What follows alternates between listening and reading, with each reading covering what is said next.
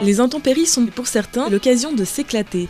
Ces jeunes Biennois ont profité de la rivière en crue pour sortir leurs planches et surfer en plein milieu de la ville.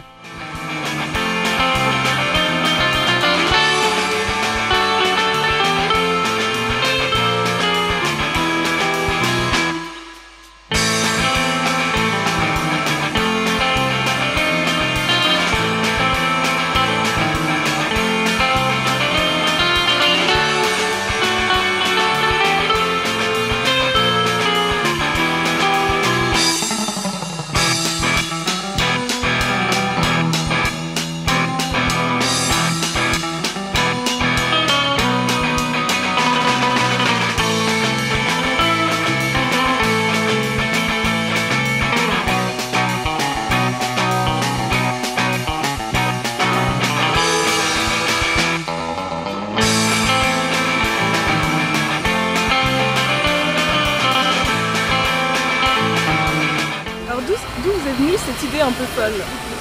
Alors on a fait ça pour la première fois à Thun. Là-bas ils ont une écluse qui forme une vague stationnaire même quand il y a un peu moins de débit qu'en cas de crue.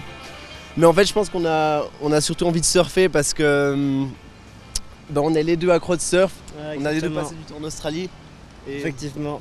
Donc en fait moi c'est surtout eux qui ont des grandes idées comme ça, puis son grand frère Jean Catin. Puis c'est avec lui que j'ai commencé l'année passée à Berne. Puis on faisait plutôt du bungee surf. On est toujours accroché à la corde. Puis là avec la vague qu'on a maintenant en ce moment à cause des pluies torrentielles qu'il y a eu récemment, ça nous permet de surfer sans. Puis c'est la première fois qu'on essaye, puis c'est vraiment génial quoi. Ça fait quoi comme sensation d'être en pleine ville comme ça pour faire du surf? C'est assez bizarre, surtout qu'au début j'avais vraiment l'adrénaline qui montait. Donc j'étais pas très confiant, mais faut essayer, puis après on se sent bien quoi. Et puis quelles sont les difficultés Les difficultés, je pense que pour commencer, c'est se mettre à l'eau. Puis après, je pense que toutes les personnes qui pratiquent ceci ont déjà une bonne base d'équilibre, font du skate ou du surf. Puis sinon, la deuxième difficulté, ce serait remonter au niveau de ce pont avec l'échelle. Il faudrait pas mal de force dans les bras. Ouais, c'est ça, le départ à l'eau est assez technique parce qu'il faut sauter dans l'eau en étant directement sur sa planche. Donc on commence debout contrairement au surf sur mer. Et ensuite, exactement comme il disait, pour sortir de l'eau, on a installé une échelle, mais ça demande quand même une petite condition physique pour sortir. Il y a quelques risques. Principalement deux risques. Les gens pourraient se taper contre des cailloux au fond de la rivière. Mais pour ça, on met des combinaisons, un gilet de sauvetage qui protège les chocs un peu et un casque. Hier, on avait 44 mètres cubes par seconde.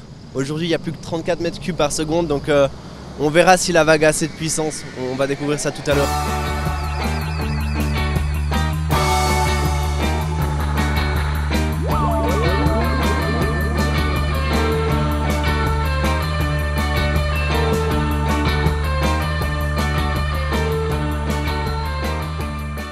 Alors on vient de réessayer et ça fonctionne un petit peu moins bien qu'hier parce que la vague est plus petite.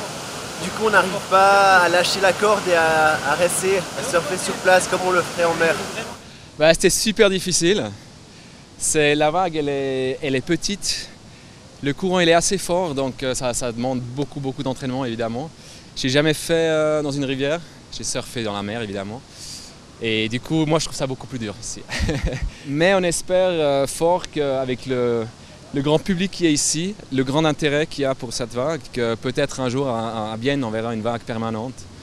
Peut-être que même certaines entreprises pourraient la sponsoriser, on l'espère fort. Parce que c'est un sport excellent et puis les Suisses adorent surfer.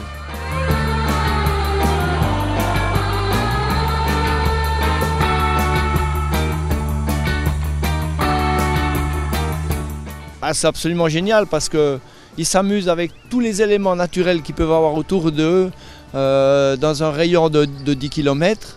Alors que ça soit sur l'eau ici, les taches de neige du Chasseral, des sauts périlleux sous un pont à Bruck, ils n'arrêtent pas quoi. Et vous n'avez pas peur que ce soit un petit peu dangereux? Ils maîtrisent leur danger, premièrement. Deuxièmement, ils sont entraînés. Des risques, il y en a toujours, c'est clair.